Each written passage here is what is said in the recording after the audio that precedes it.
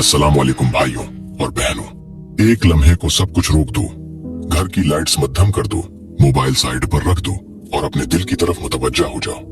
क्या वो दिल अब भी मुतमईन है या उसमें एक खला है, एक बेचैनी है, एक ऐसा दर्द है जो किसी चीज से भर नहीं पाता।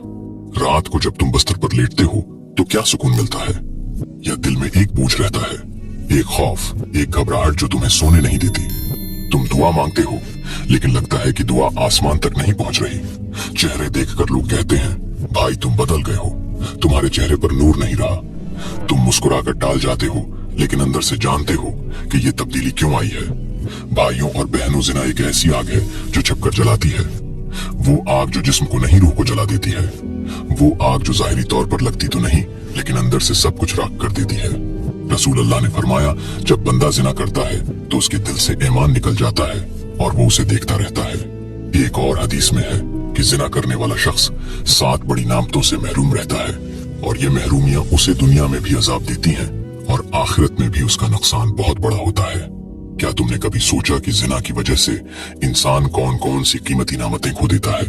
ये कोई आम बात नहीं, ये वो गहरे छिपे हुए नुकसान हैं जो जाहिरी नजर नहीं आते, लेकिन दिल, रूह, घर, रिस्क और आखिरत, इन पर उनका असर बहुत गहरा होता है।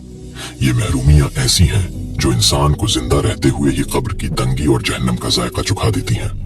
आज मैं तुम्हें अल्लाह की तौफीक से 7 ऐसी चीजों का तफसीली जिक्र करूंगा जिनसे जिना करने वाला शख्स हमेशा महरूम रहता है। हर एक सुनकर तुम्हारा दिल लर्ज जाएगा, तुम्हारी आंखें नम हो जाएंगी और तुम दिल से दुआ मांगोगे कि ए अल्लाह मुझे इस आग से बचा ले। दिल मजबूत करो, अल्लाह से पनाह मांगो, क्योंकि अब एक एक करके ये भारी राज खुलने वाले हैं।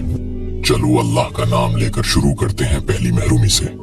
पहली महरूमी, जिना करने वाले का दिल कभी मुतमईन नहीं होता। वो जितनी भी लज्जत ले ले, एक खला रहता है जो कभी नहीं भरता।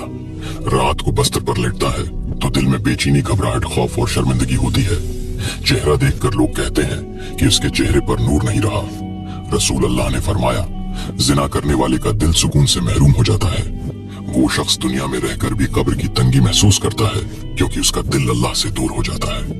दूसरी महरूमी, जिना अल्लाह की नाफरमानियों में सबसे बड़ा गुनाह है। हदीस में है कि जिना करने वाला अल्लाह की रहमत से दूर हो जाता है। अल्लाह फरमाता है, जिना से बचो वरना मैं तुम्हारे लिए रहमत का दरवाजा बंद कर दूंगा। उसका दिल सख्त हो जाता है, गुनाहों पर इसरार बढ़ जाता है, तौबा की तौफीक कम हो जाती है और शैतान कहता है अब तौबा का क्या फायदा, तो पहले ही गुनाहगार है।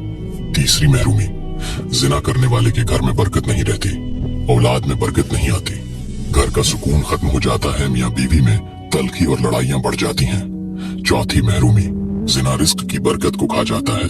वो कमाता तो है लेकिन पैसा ठहरता नहीं, किर्ज बढ़ता है, तंगदस्ती रहती है। पांचवें महरूमी, जिना करने वाले की इज्जत छन जाती है, लोग एहतराम नहीं करते, चेहरा बदल जाता है, आंखें शर्म से झुक जाती हैं। छठी महरूमी, जिना करने वाले की नमाज में खुशुआ नहीं रहता, नमाज पढ़ता है लेकिन दिल हाजिर नहीं होता, दुआ मांगता है लेकिन जवाब महसूस नहीं होता। सातवें और सबसे खौफनाक महरूमी, रसूलुल्लाह ने फरमाया, जो शख्स जिना करता है वो जन्नत की खुशबू भी नहीं सूंघ सकता। भाइयों और बहनों, अगर तुमसे ये गुनाह हो गया है तो मायूस मत हो, अल्लाह की रहमत बहुत वसीया है। आज ही तौबा करो, आज ही पलटाओ, अल्लाह तुम्हें माफ कर देगा। अल्लाह हम सबको जिना से महफूज रखे, हमारे दिलों को पाक करे, हमारे घरों में सुकून नाजिल फरमाए, हमारी नमाज कबूल फरमाए और हमें जन्नतुल फिरदौस में जगह अता फरमाए। आमीन या रब्बुल आलमीन।